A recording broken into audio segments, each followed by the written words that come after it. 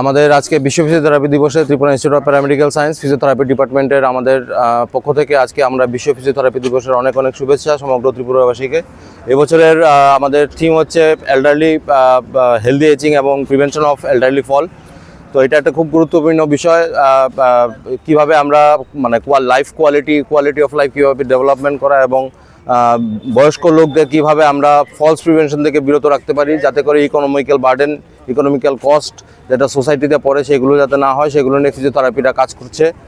আজকে আমাদের কলেজের 250 জন ছাত্রছাত্রী এবং তার সাথে বিভিন্ন ফ্যাকাল্টি মেম্বার, ডিপার্টমেন্টের ফ্যাকাল্টি মেম্বার আজকে আমরা এখানে এসেছি, সমবেত হয়েছি।